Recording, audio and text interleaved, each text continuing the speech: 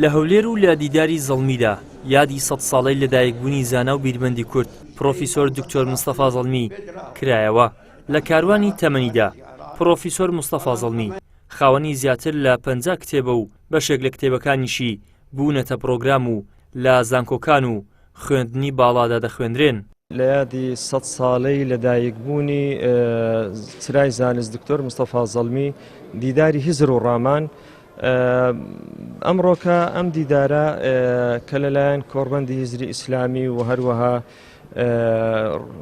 ڕێکخراوی ڕۆشنبیری زەڵمی و مەبەستمان لە ئەنجامدانی ئەم دیدارە بریتیە لەوەی کەوە هەم ئێمە ڕێزێک لە ڕەمزی زانستی نەتەوەکەمان بگرین و هەروەها ئەم هەموو بیر و بۆچوونانەی زەڵمی کە لە بواری فەلسەفە و شەریعە و یاسادا بۆ ئێمە جێهێشت بوو بۆ ئەوەی نەوەی نوێمان پێ ئاشنا بکەین و تەبەنی ئەم بیرۆکانە بکەین بۆ ئەوەی سوودی لێوەرگرین. هەمیشە ڕەوانشاد وتوێتی داواکارم لە هەموو کەسێکی ئەم میلەتەم کە زانیاری و زانست بخەنەگەڕ، چونکە دوای باوەڕ هیچ شتێکی کە نییە بەقەت زانست و زانیاری بۆ مرۆڤ بەکەڵک بێت.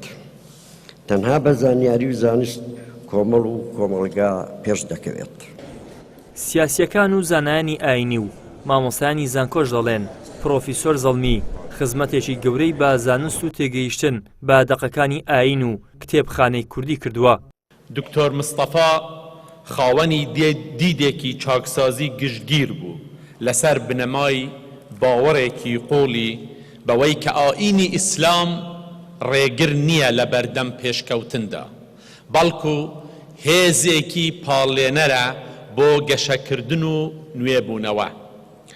باوەڕی وا بوو کە یاساکان جێگر نین، بەڵکو ئامرازێکن بۆ خزمەتی مرۆڤ، بۆیە دەبێ گەشە بکەن تاکو لەگەڵ پێداویستی و گۆڕانکاری گەلاندا بگونجێنن.